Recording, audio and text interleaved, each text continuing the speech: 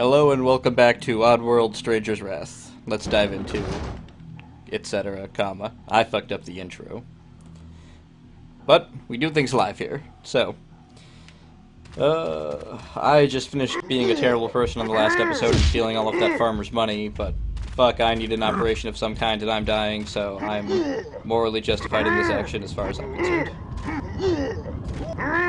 Here we go. I think this is a good example of the accelerated hopping. Like, this is faster than the usual animation, and especially now. But it's very likely to accidentally hit villagers.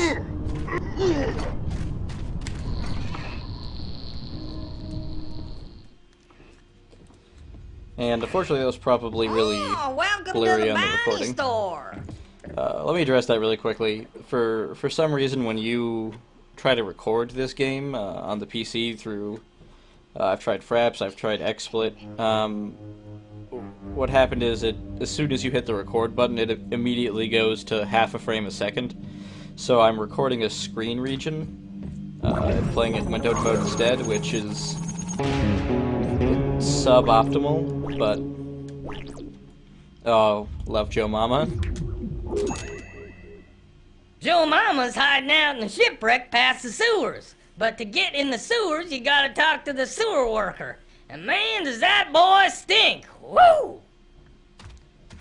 So the story of the boss fights in this second town is very much that it adds some sort of tricky element that you have to get the hang of before you can actually beat them. Like, the first time I came back to this game after a while and fought Joe Mama, it took me a while to figure out exactly what I needed to do in order to be able to even attack her. And by that time I'd used up so much ammo that I couldn't get the stamina kill, which was pretty unfortunate.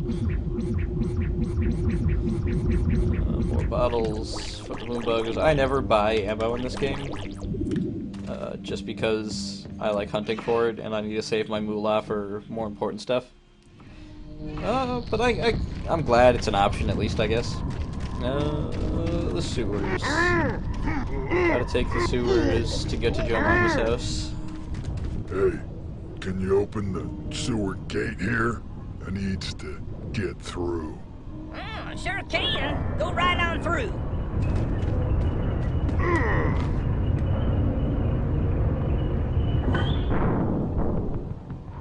And, this is one of those places that always made me a bit nervous because I knew about the camera's problems being inside. It's not where the camera system really shines in this game, but it does fine down here for the most part. And another thing I like about the division into towns is that it tends to give you new enemies in between towns as well. Like, there's some new enemy types coming up that we've just never seen before. Too strong to swim through. You gonna switch off that damn current? Alright. I'm switching it off. Don't get your boxers all bunched up.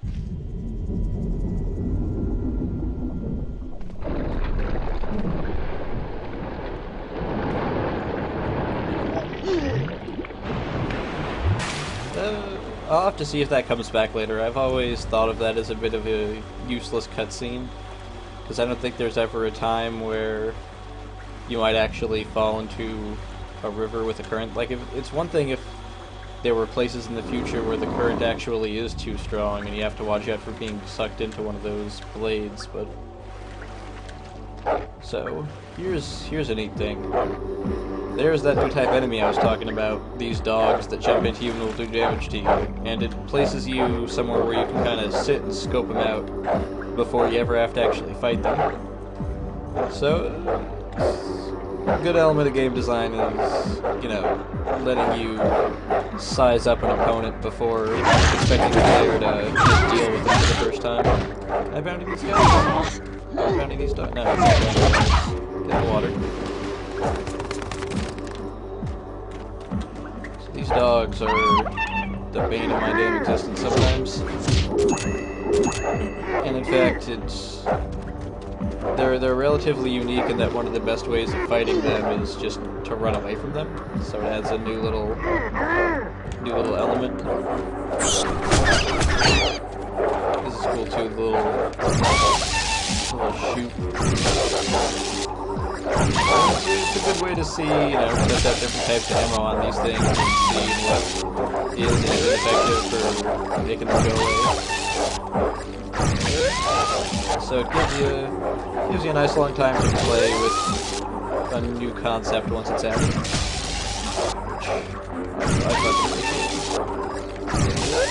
The first time I saw these things, my reaction was only like, oh god, what the fuck is that? Seriously, get it the fuck away from me.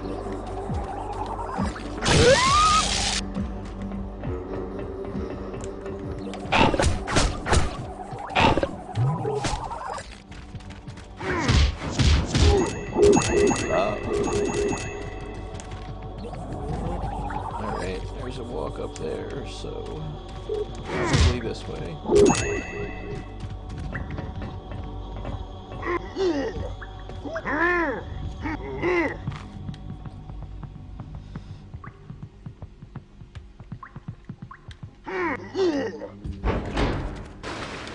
Right.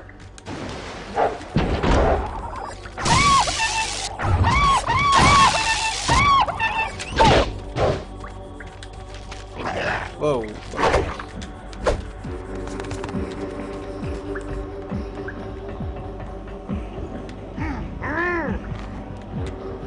Jump always makes me nervous. I really don't like the jump mechanic for getting off of slides. Like there's no up to it. Kind of just boosts you sideways.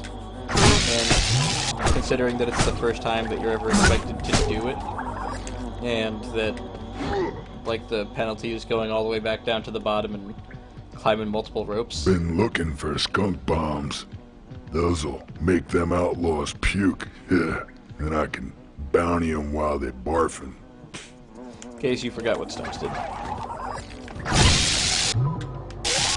Because, yeah, this is the first time that we even find them in the game. Like, and we're at the second town now.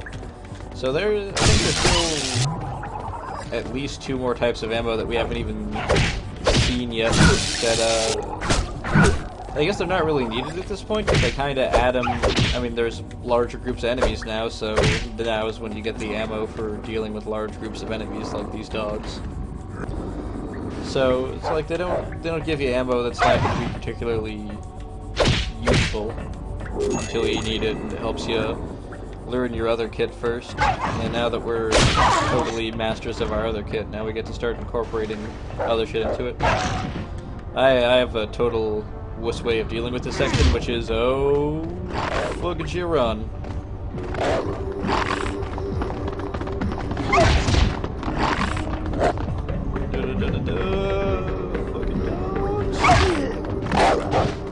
Whoop, nope, didn't mean to do that. Pressing on my stick too hard. Context is everything.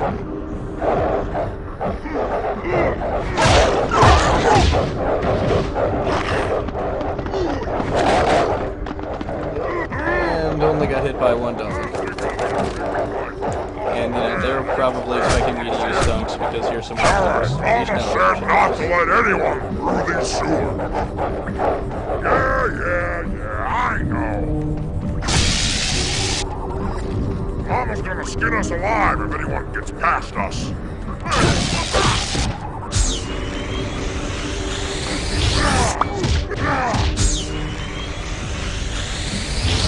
Don't spot me. There we go. That's what I like to see. Saw something move. And I know that I could get more money if I snuck around in this part and, picked them off one by one. Generally just did a good job, but A, sneaking is almost just as effective.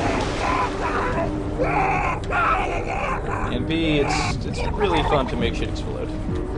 Speaking of which, bada boom. Yeah?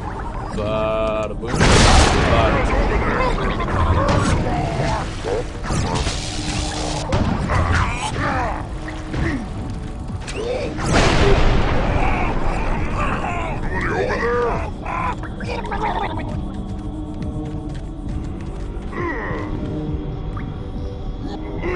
So yeah, I guess I don't always talk about good things about this game now that I've hurt myself ragging on a few of the things.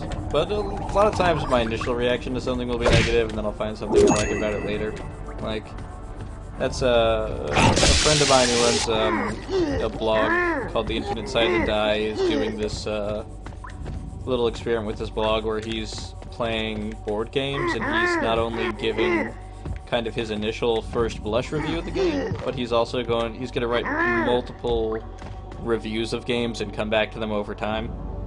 And I think that's it's a neat way of looking at it, because your relationship with a game or a movie or whatever sometimes can evolve over time when you rethink it or get new information. And I think it's, you know, even in things you love, it's fair to have a couple of things that you dislike, because it means that you're not fully done digesting the piece yet. There's still stuff that you can look at and criticize or think about. And, you know, this is a topic I'll probably bring up more later, and we're at the end of the episode now, so join us next time for more of Let's Dive Into Stranger's Wrath.